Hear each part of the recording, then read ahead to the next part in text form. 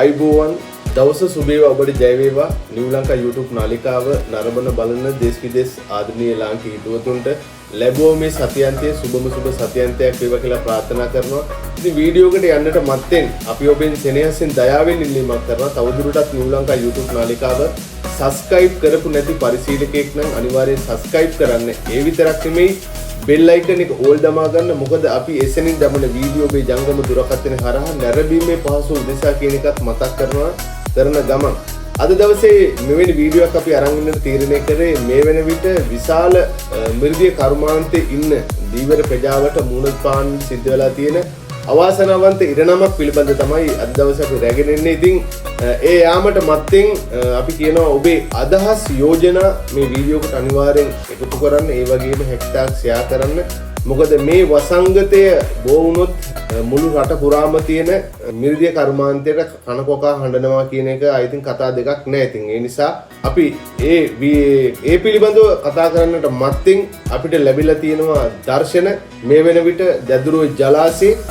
ඉතින් ඔබ thumbnail එක දකින්නට බලන්න නැති බය හිතෙන්නේ නැති දැදුරුවේ ජලාශයට මොකක් හරි ඒ කතන්දරයක් වෙලාද කියන එක නැහැ. දැදුරුවේ ජලාශයට මේ වෙන විට ඩෑම් එකට නෙමෙයි මේ හානිය දැදුරුවේ ජලාශයේ ඉන්න අනිත් මාළුන්ට සිදු වෙලා තියෙන හානියක් පිළිබඳව තමයි අද දවසේ මේ වීඩියෝ එක අපි රැගෙන ඉන්නේ. ඉතින් ඒකට මැත්තෙන් මේ වෙන විට නිව් ලංකා YouTube නාලිකාව ඉතාමත් ගවේෂණාත්මකව දින කීපයක් මුළුල්ලේ මේ පිළිබඳ විමසීම් කරලා හොයා බලලා ගවේෂණය කරලා ගත්ත රූපරාම දර්ශන පෙළක් ඉස්සර නරඹලා ඉන්න කියන ඉල්ලීම කරනවා. එතනින් පස්සේ අපි මේ පිළිබඳව කතා කරමු.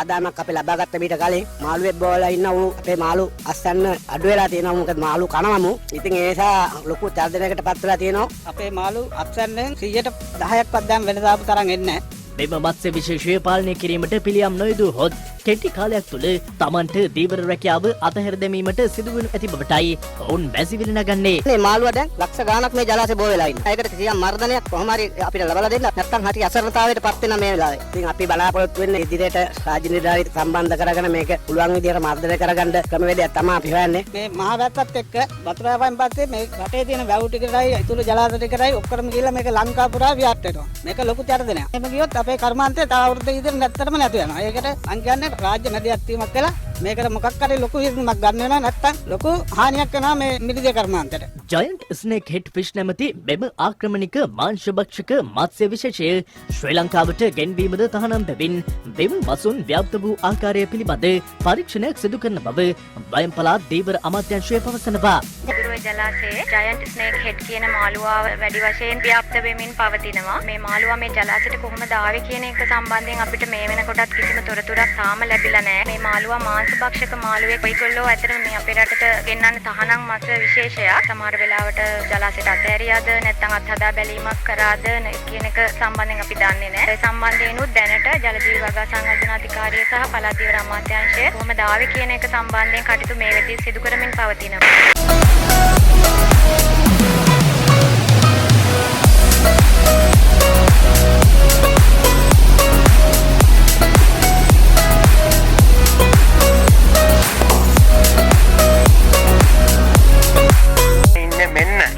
මේගොල්ලෝ තමයි මේ විදියට මේ දැදුරුව විනාශ කරන්නේ.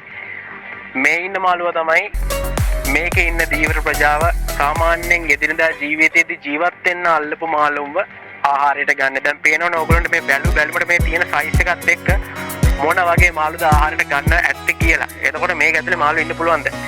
කොච්චර වෙලාවක්ද ගහලා? දාපු ගමන් ගැහුවා. ඒක තමයි හැටි.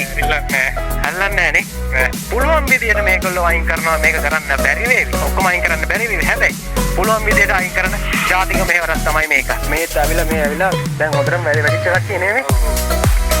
පාරත් එක්ක නිල් පාර ටික මේ තර කලින් අල්ලපු මාළු වගේම තමයි අඩි දෙකමාරක් විතර දිගයි. කොහොමද ප්‍රයිස් එක?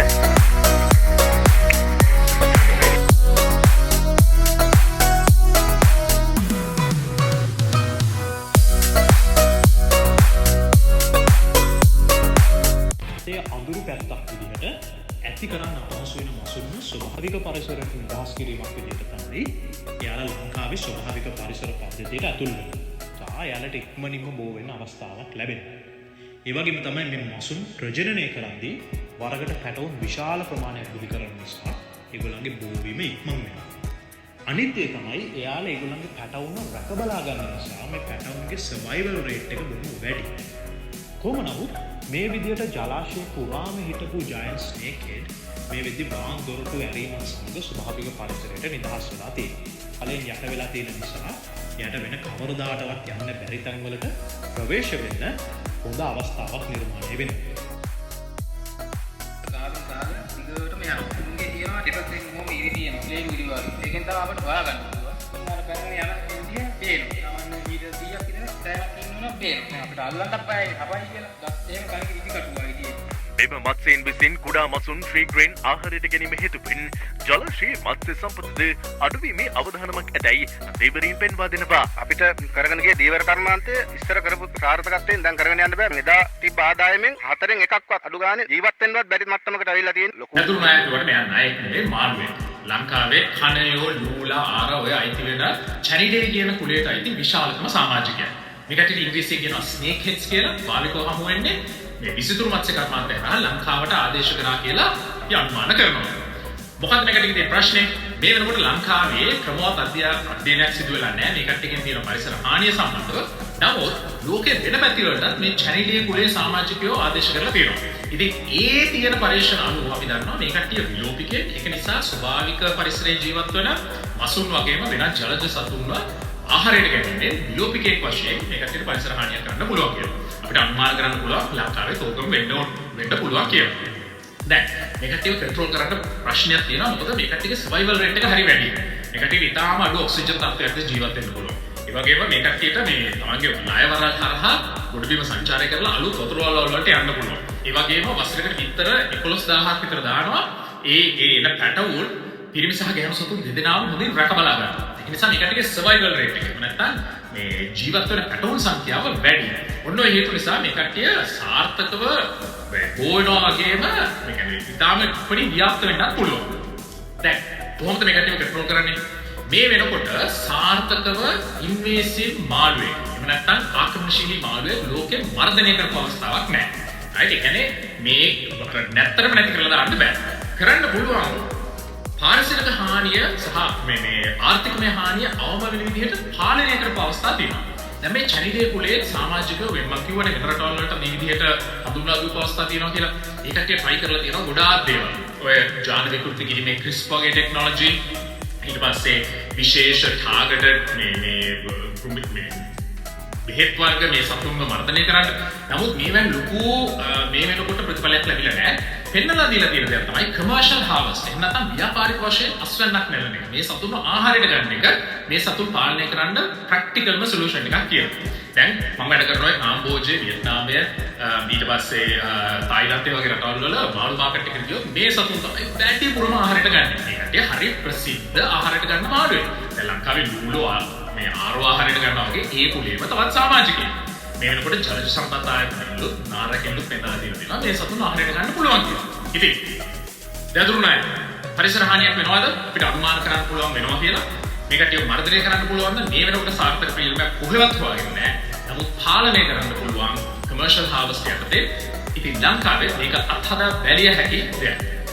හරි ඔබ දකින්න නැත්තේ මේ රූපරාමු තුලින් මේ වෙනකොට දදුරුව ජලාශයට අත්වලා තියෙන ඉරණම. ඉතින් බැලුවොත් රජයේ බදු මුදලින් මේ වෙන විට ආයතන කීපයක් නඩත්තු වෙනවා. ඒ වගේම රජයේ බදු මුදලින් ඒ ආයතනවල වැටුප් ලබන පිරිසකුත් ඉන්නවා. හැබැයි මේ පිළිබඳ සමාජ මාධ්‍ය ක්‍රියාකාරීන් සුවේච්ඡා සංවිධාන ඒ වගේම ප්‍රධාන පෙළේ නාලිකා සහ අපේ YouTube නාලිකා පවත්වන සහෝදරයන් එකතු වෙලා මේ පිළිබඳ යම් කිසි වැඩමුළුවක් පැවැත්වුවා. ඉතින් ඒක දින කීපයක් ගත වෙනවත් එක්කම නැවත හිමම හේදිලා ගිහිල්ලා තිබෙනවා. හැබැයි මේ වෙන විට මුළු ජලාශය පුරාම මේ දරුණු වසංගත උවදුර පැතිරලා හමාරයි. ඒ විතරක් නෙමේ අධික වර්ෂාවේ හේතුවෙන් වාන්දොරටු විවෘත කරන් පස්සේ ඒ වාන්දොරටු හරහා විශාල මාළු ප්‍රමාණයක් මුදා හැරලා තියෙනවා.